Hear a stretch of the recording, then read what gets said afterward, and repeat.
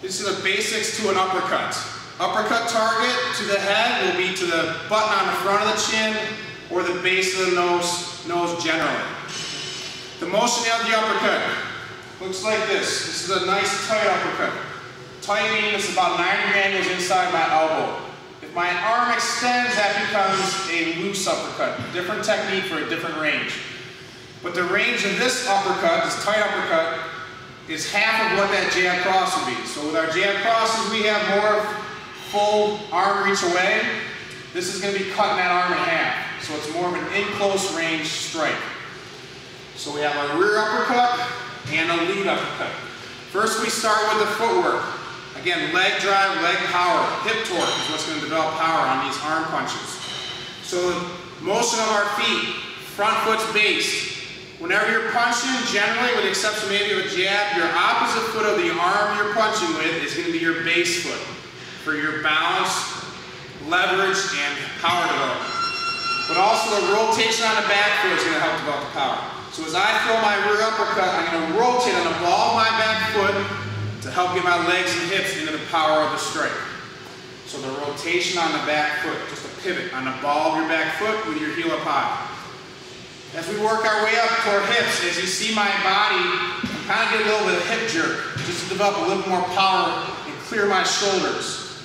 So if I uppercut, just a little bit of a jerk of my hips forward, so my shoulders clear, my punch can elevate a little bit more powerfully. If I stay 50-50, body straight up or even lean, I'm cutting off my uppercut. So I want to lean back a little bit, get a little bit of a hip thrust, hip jerk forward or upward, and the power of the strike. With the uppercut motion, first of all, when you uppercut, bring it from your temple, the motion comes to your chin and then into the target. Try to avoid looping it, which is an uppercut like this.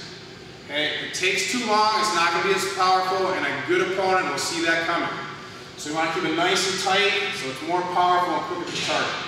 So it comes off of your temple to your chin level and then into the target. Not like this, not a looping punch. So when you practice it in the mirror or on your own, stay nice and tight and compact. More power, quicker to the target. When you finish the technique, you don't want to bring your fist any higher than your forehead. Anything higher than your forehead is just kind of wasted motion. We want to avoid wasted motion. Because if you land this uppercut on that chin, or base of the nose, but in particular the chin, their head is going to snap back. So once you hit that chin, their head snaps back, there's no reason to keep extending this punch. Other than then with the momentum of the power of the punch, the speed of the punch is going to accelerate to. So we just want to keep it nice and tight and end it right at the top of our forehead. As you see my hand position, again, I can either have a horizontal fist or a vertical fist. You can use an uppercut either way, horizontal or vertical. Sometimes when people's hands are really tight, it's hard to get that horizontal fist in there. You might want to use the vertical uppercut so it gets into a little tighter range, or tighter spot. So it's a horizontal fist or it can be a vertical fist. The punching arm will be, the power line will come right from your forearm down your same side leg. So that's where your power is developed, right up that side of the body. So the rear uppercut power line is right down your forearm through your same side leg. So in this case, my right arm, right forearm through my right leg. The rear uppercut. If my lead uppercut, it's just the same, or just the opposite. But same premise. As I uppercut, forearm comes right down through my new power leg, which is my left leg, my lead leg. So here's my power line. Hand no higher than my forehead. 90 degrees inside my elbow for a tight uppercut, not an extended uppercut, tight. Power line right down my leg. The rotation for the lead uppercut is similar to a hook motion. Back foot will plant for a good base and my leverage. Front heel will lift and pivot slightly. Again, to get that hip jerk. So with my lead uppercut, I plant the right foot and pivot the front foot. And that gives me some extra power from my legs. Again, a hip jerk motion. So as I pivot, I'm jerking my hip. Gives me a little extra lift and power in that lead uppercut. So again, the two uppercuts, lead and rear. Rear uppercut with the rotation, hand tight, and right back down. It's my rear uppercut. Lead uppercut, back foot plants, front foot pivots, power line right down my front leg. No higher than my forehead while you're drilling it. And like on all of your strikes, you exhale. Exhale through your teeth. So a rear uppercut, and a rear lead uppercut. Those are the fundamentals, or the basics, to an uppercut strike. Just some different ways you can work the rear uppercut on the focus mitts or the pass. Develop it not only for the power of it and the technique, but the speed as well.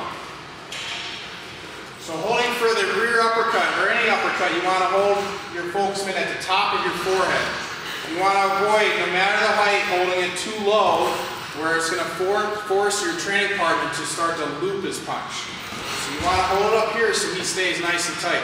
If I hold it down here, he's going to start to loop that punch, and he's going to have to dig low to get underneath it.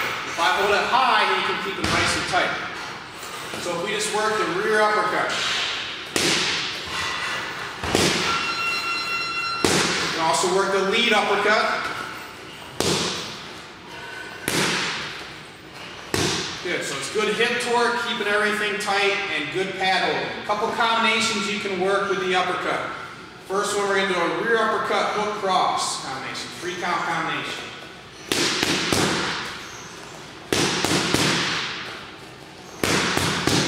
And a second one you can work is called a jab to a rear uppercut to a hook.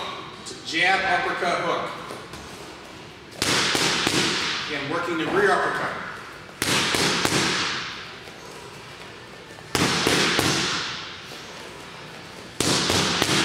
So you have the rear uppercut, hook cross, where you have a jab, rear uppercut, hook to try to develop your uppercut, rear uppercut in some punching time.